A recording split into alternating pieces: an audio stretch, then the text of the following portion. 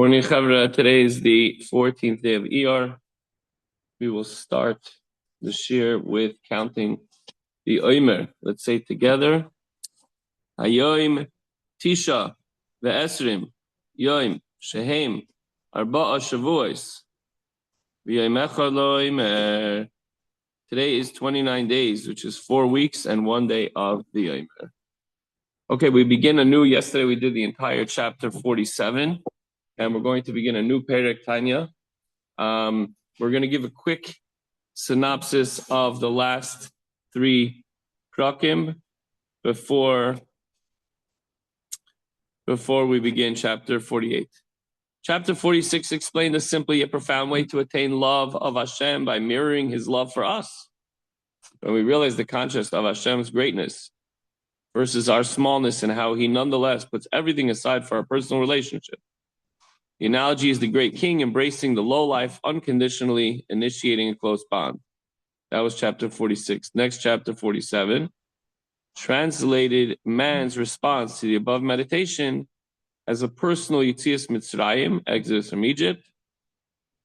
And it's a personal one, leaving bodily bondage for freedom of spirit, specifically articulated in the Shema. And yesterday in the chapter... That was 47 was yesterday. In this chapter that we're going to learn, Perek 48, Perek Memches, the Alter Rebbe returns to discuss Hashem's greatness in and beyond creation. And it further magnifies the value and implications of Hashem's self-contraction, the tzimtzum, and coming down towards us, meaning the sacrifice involved. And then in parentheses, it says here that in the next chapter, chapter 49, will culminate this theme, inspiring us to mirror Hashem's selflessness and how it represents the blessings leading up to the Shema. Okay, in today's lesson, without tzimtzum is contraction of the godly light, creation would not be possible. Just like everything else, we have to halt up and see where the Alter Rebbe is going with this. Having previously explained that Hashem showed His love for the Jewish people by taking them out of the physical slavery of Egypt, Alter Rebbe concluded chapter 47 yesterday by describing the love that Hashem shows His people by releasing them from a spiritual dimension of Egyptian bondage. This spiritual exodus is daily manifest within all Jewish souls. It's natural, therefore, that Jews should reciprocate the love like water that mirrors the face of the beholder and thereby strive to overcome all obstacles that hinder their service of Hashem. So just like Hashem takes us out of all the difficulties, challenges, and obstructions that we go through on a daily basis, we should respond by thanking Hashem, by doing what He wants us to do, namely learning Torah and performing mitzvahs. By the way, just as a reminder, today's Pesach Sheni, and we should all try to have matzah today during the day, particularly if you can, Shmura matzah. V'hinei, and we have extra here. I'll get it out before we leave. V'hinei kashay yisbayin amaskil b'gdulas ein seif baruch hu ki kishmoi keinu ein seif ve'ein kates v'sachlis klau lo'er v'chayis hamispashet mimenu yisbarach b'ritzaynei apashut. So when you want to, if you want to contemplate the grace of Hashem, what you do is you think of the everlasting light of Hashem, and the thinking person will come to realize that as Hashem's name indicates, He's eternal, so is He. There's no end or limit at all to the light of Hashem. It goes on forever and was forever. And this light, so to speak, is united with the essence in perfect unity.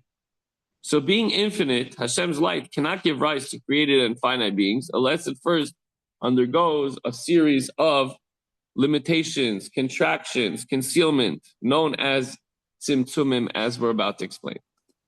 Had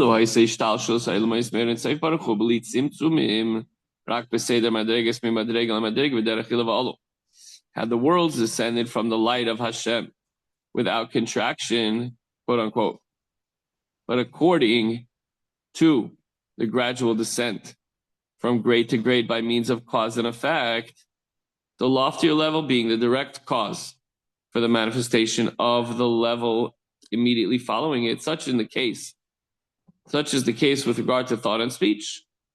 That which a person speaks is first found in his thought. Usually, hopefully, people think before they speak. Not always, but that's the idea, right? Thought is the cause and speech is the effect. So you're thinking about what you want to say. Oftentimes, when you don't think first, it's not good. So though thought is more spiritual than speech, the two levels stand in a certain proportion to each other. In that, for example, both are composed of letters that form words. By the way, even if you don't think that you thought before you spoke, you really did. Because if not, you wouldn't know what to say. It's an instantaneous thing, but you always think. So they're interrelated and interconnected. This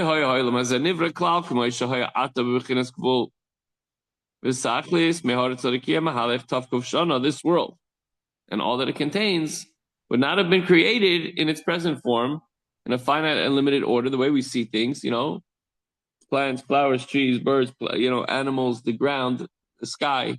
Everything has a limit. From the earth to the firmament is a distance of 500 years. 500 years journey being a finite dimension. And similarly, limited is the distance between one galaxy, if you will, firmament, whatever that means, to the next, and so on and so forth. Each one has a distance of 500 years. And all that, it doesn't matter if it's 500 years, that's still a number, that's still a limit. And all the above applies to this world. Even spiritual realms have a limit. And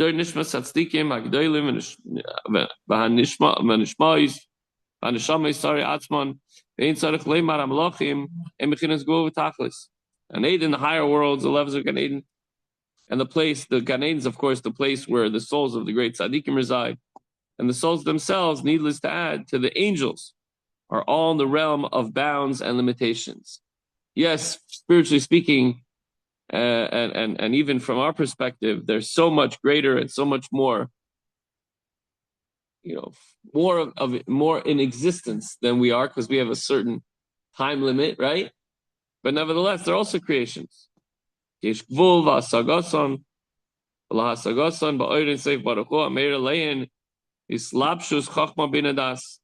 a limit to their apprehension of the light of Hashem.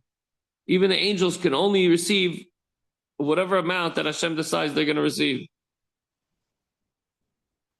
And the Ein Sof, the eternal light, shines upon them through being closed in the Chachma, Bin Adas, Kabbalah, and so on. Souls and angels in these worlds comprehend godliness as a result of its vestiture in the Chabad, the Chachma, Bin Adas of those worlds. Though lofty, their comprehension is nonetheless limited. Yes, the amount of godliness, of the godly light that they receive is way, way, way, way, way above and beyond. So it's like we're at 10, let's just say. We're at 10 and they're at 20 billion. But it's still a number. It's still limited. There's a finite number. There's a certain amount that they're able to comprehend, even though it's way beyond anything we could ever possibly imagine or receive. They, even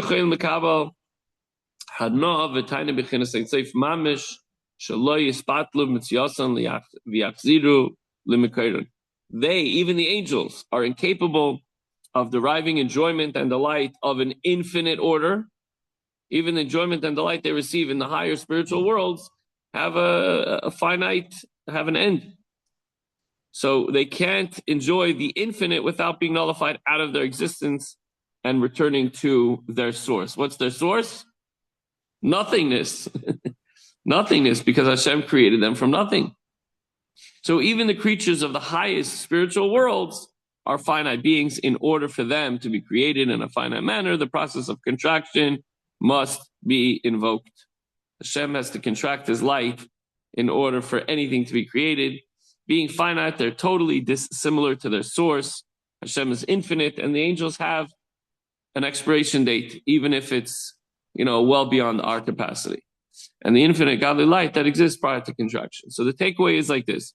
By the way, this is the way the Alter Rebbe operates in the Tanya. He's going to bring us through a very spiritual, esoteric path, and then it's going to come full circle, giving us a more tangible way of understanding it. But certainly, we could understand the concept of tzimtzum, that the godly light needed to be contracted in order for the world and even the spiritual world to be able to exist.